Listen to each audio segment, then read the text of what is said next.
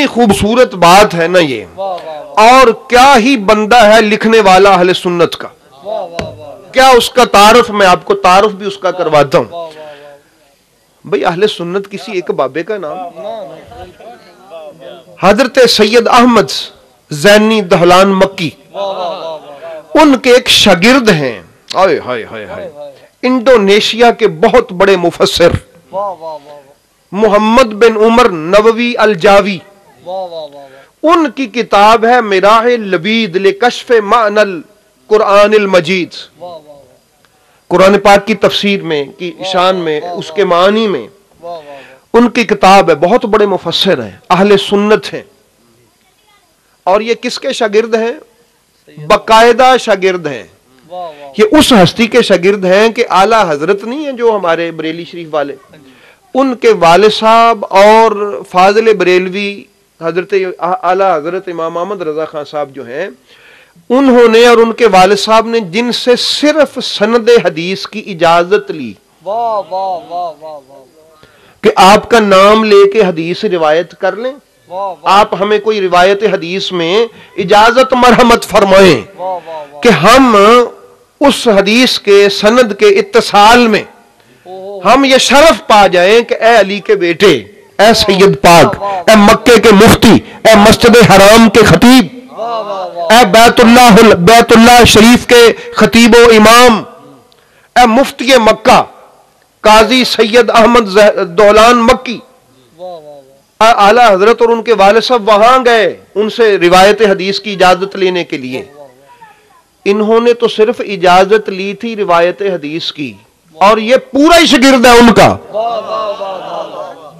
یہ عمر بن نووی الجاوی قاضی زینی دہلان مکی کے, ان کی وہ صاحب تفسیر ہے, وہ مفسر ہیں. انہوں نے ایک حدیث پاک لکھی ہے, ہائے ہائے ہائے ہائے ہائے, بلے بلے بلے بلے, اللہم صلی علی محمد وعلی آل محمد وبارک وسلم, اللہم صلی علی محمد وعلی آل محمد وبارک وسلم, اللہم صلی علی محمد وعلی آل محمد وبارک وسلم.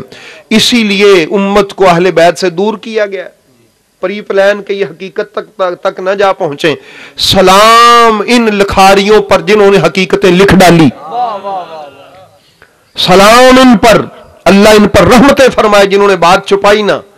وہ فرماتے ہیں ان جعفر ابن محمد, انہوں نے لکھا ہے کہ امامنا, ہمارے امام حضرت امام جعفر صادق علیہ السلام فرماتے ہیں, ان سے روایت ہے اپنی تفسیر میں وہ لے کے آئے, قالا, امام جعفر صادق علیہ السلام فرماتے ہیں, میں ان ملاؤں سے کہتا ہوں کرو نا ذرا امام جعفر صادق پہ, جرت کرو ان پر کہ یہ راوی کیسے ہیں.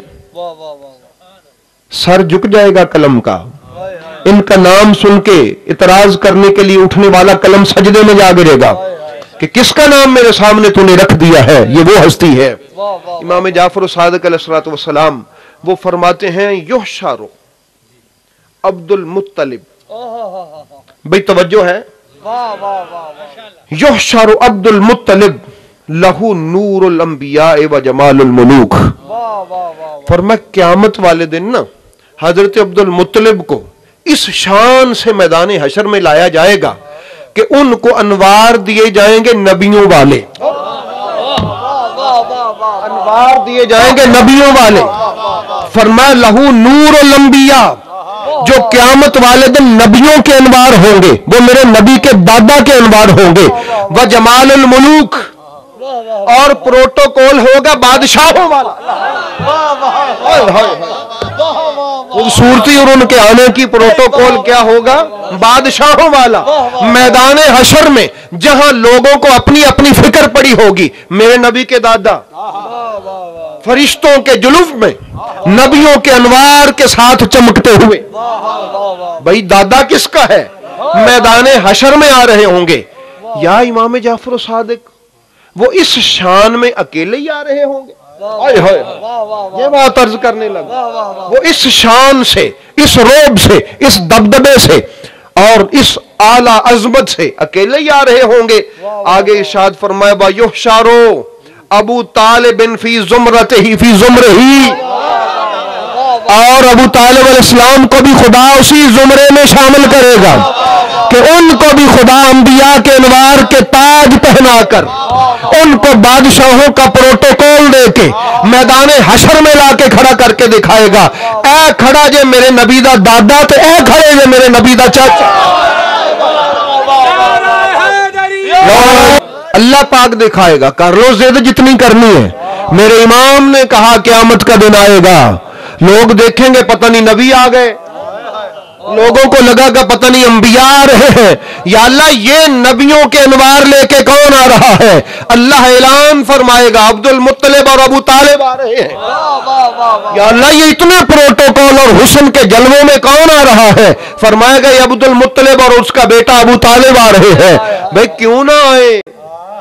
جنہوں نے اللہ کے حبیب کو پرورش کیا ہو، ان کو سیکیور کیا ہو، ان کی سیکیورٹی کی ہو، اپنی اولاد ہر چیز قربان کر دی ہو، ان کو حق حاصل ہے کہ خدا ان پر یہ کرم فرمائے۔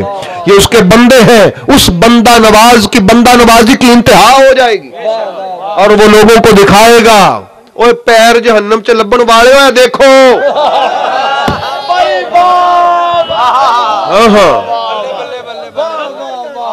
ٹھیک ہے، اللہ اکبر، یا رسول اللہ، یا علی، یہ دیکھو میرے نبی کے دادا اور میرے نبی کے چاچا، یہ دونوں ہی کفیل محمد ہیں، دونوں۔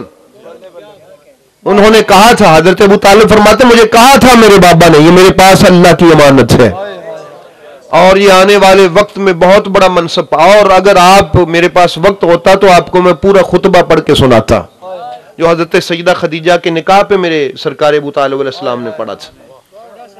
بھئی بات سمجھ آئی نا؟ بس اس میں سے وہ ایک جملہ میں آپ کو عرض کر دیتا ہوں۔ انہوں نے فرمایا تھا پیسیاں دی کیڑی گل ہوندی ہے، یہ تے چھان ٹل دی ہوئی، کدی ہے گی کدی نہیں۔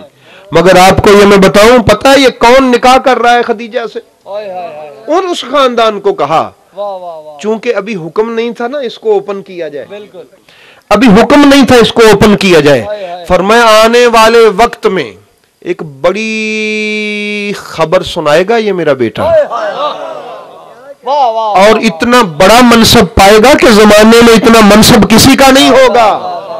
یہ خطبے میں الفاظ موجود ہیں، تو اس لیے احباب گرامی یہ ان کو چونکہ ابھی اوپن کرنے کا حکم نہیں تھا، اور اگر یہ کہیں کہ یہ پتہ نہیں ہے تو وہ نبی، رسول اللہ، دین احمد، اس کی باتیں تو اعلان نبوت سے پہلے کر رہے تھے۔